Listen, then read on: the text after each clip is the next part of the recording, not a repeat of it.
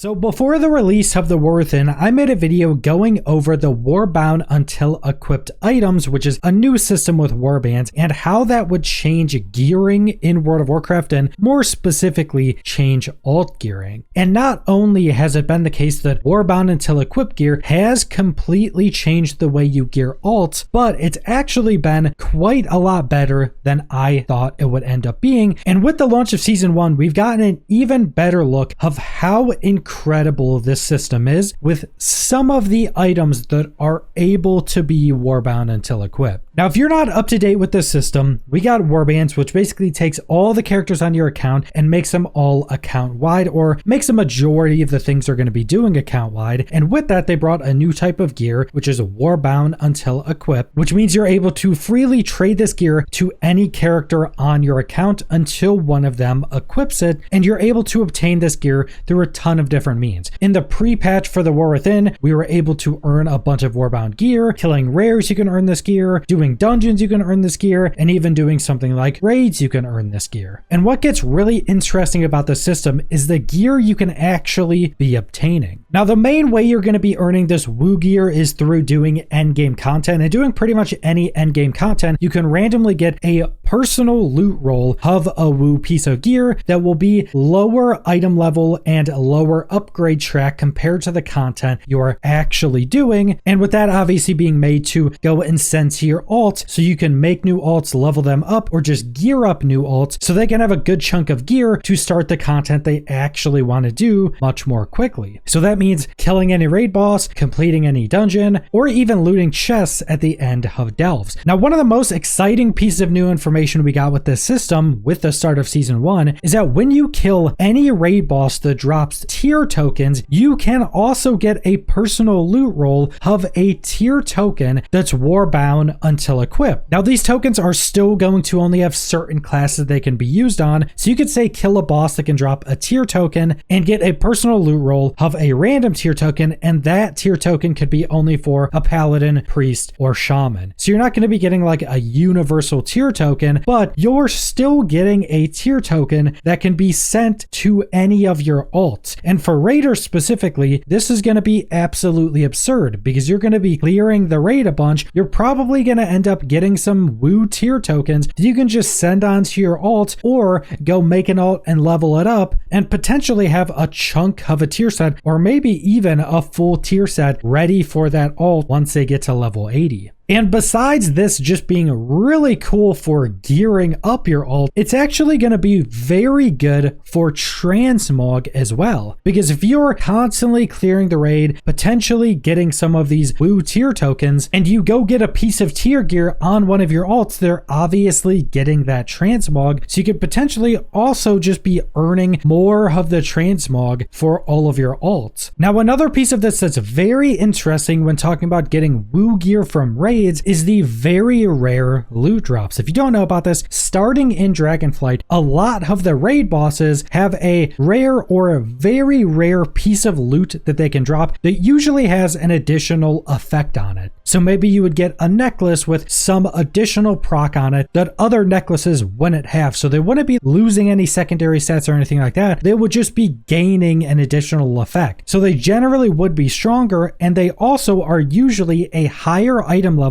than the other pieces of gear that boss drops. And usually how that ends up going is that all of the very rare items in the raid are usually the item level of what the final boss drops, or even sometimes slightly higher than that. So these very rare items are usually very sought after, and you can get those as WoW gear because someone posted on Reddit of them actually getting one of these. They got the seal of the Poisoned Pack, which is a very rare ring which has a special effect on it. And this special effect is actually really strong. Just to give you an idea of some of the effects that can come on these, this ring has dealing damage has a chance to grant you a dose of venomous potential. At 5 doses, inject them into your target to deal around 300,000 nature damage over 3 seconds. Dealing nature damage has a chance to grant you an additional dose. So even some classes can get a lot of additional effects from this. And usually these very rare items are best in slot for the majority of classes. If you go back to Dragonflight and look at a lot of the best in slot gear tier list, a lot of them shared the same very rare items, especially things like rings with special effects on them. Now, past that, what's also very interesting is you're able to get sockets and tertiary stats on WoW gear. So specifically with this person that posted this very rare WoW drop, this ring also had a prismatic socket in it. So not only are you able to get just random pieces of gear that you can send to your alt, have them equip it, and get some pretty high item level gear, but you can also get tier tokens that you can send to your alt and start getting their tier bonuses without even playing them. But then you can also get the very rare items from raids as WoW drops. So you can send some of the strongest items from the raid to your alts as well, but these items can also have tertiary stats and socket rolls, which massively increases the power of these items. So at the high end of the system, you could potentially start a new character, get them up to 80, and give them like a full tier set with a bunch of very rare item drops from the raid, and pretty much instantly turn an alt into a ridiculously strong character that's able to start pretty much any endgame content. Now, as a final note to the system, there also seems to be some content that drops a lot more WoW gear than others. I haven't done a ton of raiding yet, but it seems getting WoW drops from raid isn't super common. I've done a decent bit of dungeons, but not as much as I usually do. And it also seems that you're not getting a crazy amount of WoW gear from dungeons as well. I think specifically for dungeons is because you can only get a WoW drop from the final boss. Even if you're doing like Mythic Zeros, I think only the final boss can drop it, which would obviously be the same once we get into Mythic Plus. But specifically with this first season and presumably more seasons in the War Within and for future expansions, delves seem to be giving a lot of WoW gear, specifically bountiful delves. And if you don't know how this works, there are 4 bountiful delves a day, so 1 in each zone. Clearing those gives you more loot, they give you better chests, and then they also give you an additional chest you can use a key on. Now the first 2 chests that you don't need a key for in these bountiful delves can drop you WoW gear as well, and they seem to drop it a lot. And currently at tier 8 delves, you're getting 584 WoW gear, which is veteran track, so that's pretty good. If you get a full set of veteran gear, you're geared enough to do pretty much any content that's currently released. And remember, Mythic Plus and the Mythic Raid currently aren't released. Getting that high item level of gear, even when all of the other content is released and that gear becomes not super high, that gear is still pretty good for starting a new character. Imagine getting a new character up to 80 and instantly giving them a full set of 584 gear, even when Mythic Plus and stuff is out. That will allow you to pretty much instantly jump into Mythic Plus and maybe jump into like the normal or heroic difficulties of the raid. And also a small side note is that it seems in the 20th anniversary that's coming up soon, where we are getting the Blackrock Depths raid, it seems that every item from that raid is tagged as WoW gear. So it seems like running that raid, which does have an heroic difficulty, will allow us to just get tons of WoW gear at the same item level of the actual raid drops. So that will also be very interesting, and that makes me very curious to see how they're going to go about catch-up gear in the future of World of Warcraft. But that's all I want to go over, so thanks for watching.